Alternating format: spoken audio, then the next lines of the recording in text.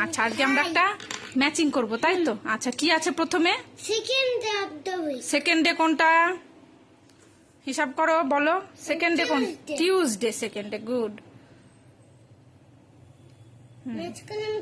হ্যাঁ, ঠিকভাবে ম্যাচ হয়েছে। তারপরে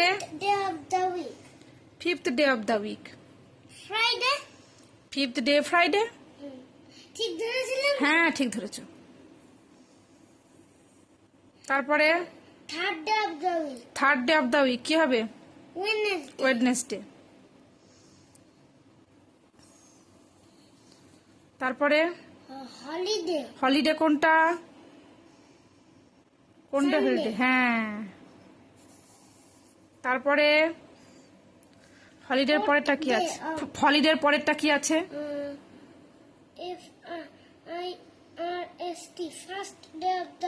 ফার্স্ট ডে কোনটা? Monday, good. তারপরে fourth day of the week. Thursday, good. Six day of the week কি হবে? Six day Saturday. বাহ, দারুণ সুন্দর হয়েছে। আচ্ছা, ওদের স্কুলে এটা একটু অন্যভাবে আছে, যে dash is the first day of the week, dash is the second day of the week, dash is holiday, এইভাবে আছে।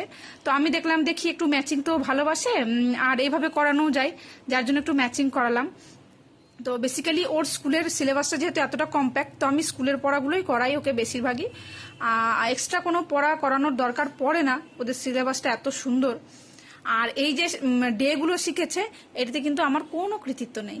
এটা ওদের 1 নম্বর হচ্ছে স্কুলে খুব ভালো প্র্যাকটিস হয়, আর তার থেকেও ভালো যিনি শিখিয়েছেন তিনি হচ্ছেন উজানের বাড়ির যিনি টিচার, প্রাইভেট টিউটার, যিনি উজানকে পড়ান। খুব ধৈর্য নিয়ে এটা ওকে শিখিয়েছেন, এটা কিন্তু আমি ওকে শেখাইনি।